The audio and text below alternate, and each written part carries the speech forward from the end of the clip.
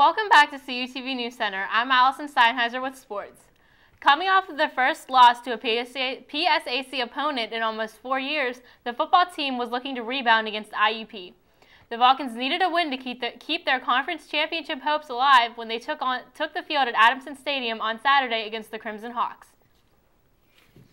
The Vulcans were also looking to defend their second Coal Bowl when they played IUP, but it did not start out well in the second quarter. Here, Harvey Tuck with the 1-yard run puts the Crimson Hawks up 6-0 after the missed point-after attempt. And on a blocked punt here, Terrell Washington takes to the end zone in the third quarter to put IUP up 13-0.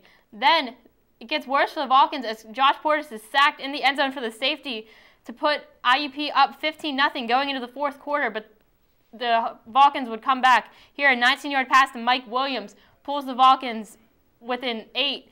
And then with 6 seconds left in the game, the Vulcans run a 1-yard pass to Chedrick Cherry. He's able to catch it in the end zone. They were able to get the 2-point conversion to send the game into overtime. In overtime, Marcos is able to kick the field goal to put the Vulcans up 18-15. And after John Luckhart calls the timeout, Craig Burgess misses the field goal. So the Vulcans go on to win the game 18-15 in overtime. Josh Portis threw for 210 yards and 2 touchdowns, and Chedrick Cherry had 5 receptions and 45 yards and a touchdown for the MVP of the Coal Bowl. With the season quickly coming to an end, the NCAA released the first regional rankings for Division II. These rankings will determine who the Vulcans will play in the first round of the regional tournament.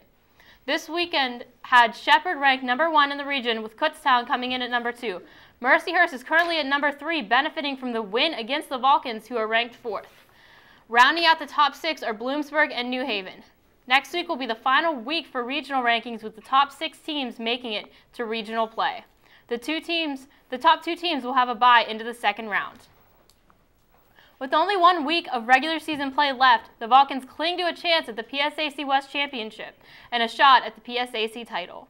With a breakdown of what needs to happen for the Vulcans to continue their streak of championships, here's Andy Hughes.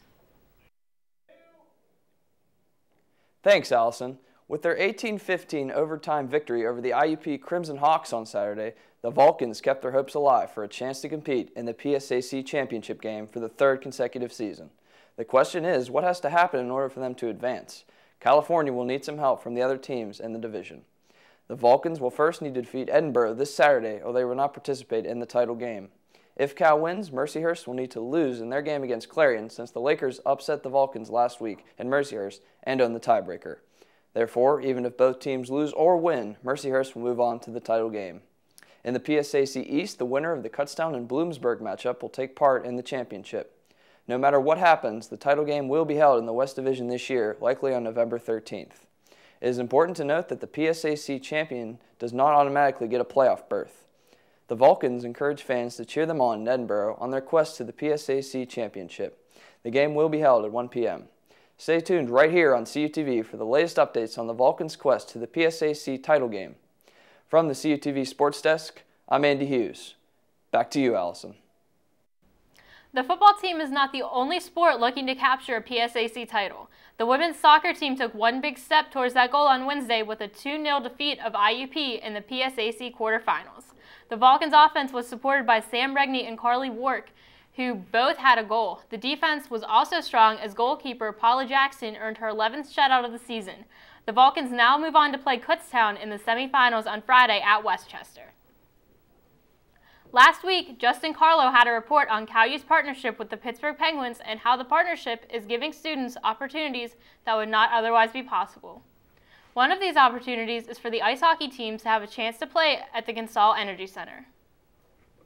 Many hockey players grow up dreaming of someday playing in front of hundreds or even thousands of fans in an NHL arena or at the Olympics. While very few athletes ever achieve this dream, the members of the CALU women's hockey team and the men's CHE team will get a taste of what it would be like when they play at the state-of-the-art CONSOL Energy Center on November 11th. The women's team will be taking on Penn State at 6 p.m., while the CHE team will take on arch rival Robert Morris at 8 p.m. There will be plenty of opportunities for both students and faculty to catch the game, with student fan buses leaving at 3:30 and 5:30, and a faculty fan bus leaving at 4:15. CALU is using this event to break in the new CALU Conference Center inside of the arena. There will be an alumni reception in the Conference Center from 4:30 until 7:30. Also at the game will be the CALU cheerleaders, the dance team, Blaze, and Iceberg, as well as Penguins players Tyler Kennedy and Derek Englund, who will be signing autographs throughout the night. Before both games, there will be 2 tributes. The first, before the women's game, will be for John Barbaro, the voice of the Penguins who passed away this summer from cancer. Prior to the CHE game, there will be a tribute to former player Patrick McIlvaine, a soldier who was critically wounded in Afghanistan.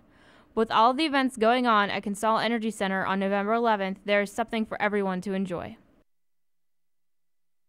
Sign up to ride the fan bus at the information desk in the Student Center. Admission is free with a CAL card or $8 for general admission. All proceeds from the ticket sales will benefit the Pittsburgh Penguins Scholarship Fund at CALU. The games will also be broadcast live on WCAL and on CUTV throughout the week. Okay guys, so with the hockey team playing at CONSOL Energy Center, there was some big news that came out on today, Thursday, that the Penguins are actually going to sell the Civic Arena seats. They went on sale today. So what do you think about that? I think that's a great idea because the Penguins, I mean, they need the money, and the seats are just sitting there, and there's thousands and thousands of fans I'm sure would die to have a couple seats from the Igloo right there in their house. Right, the Igloo definitely left its legacy on Pittsburgh and all the Pittsburgh fans, so just to be able to bring something home from that, I think that's a great idea. Right, the Penguins have done a great job of connecting with fans and really giving everybody the opportunity to do stuff, and this is just another way that they're doing it. Right. All right, thank you, Allison. And that's all for this edition of News Center. We'll see you next week.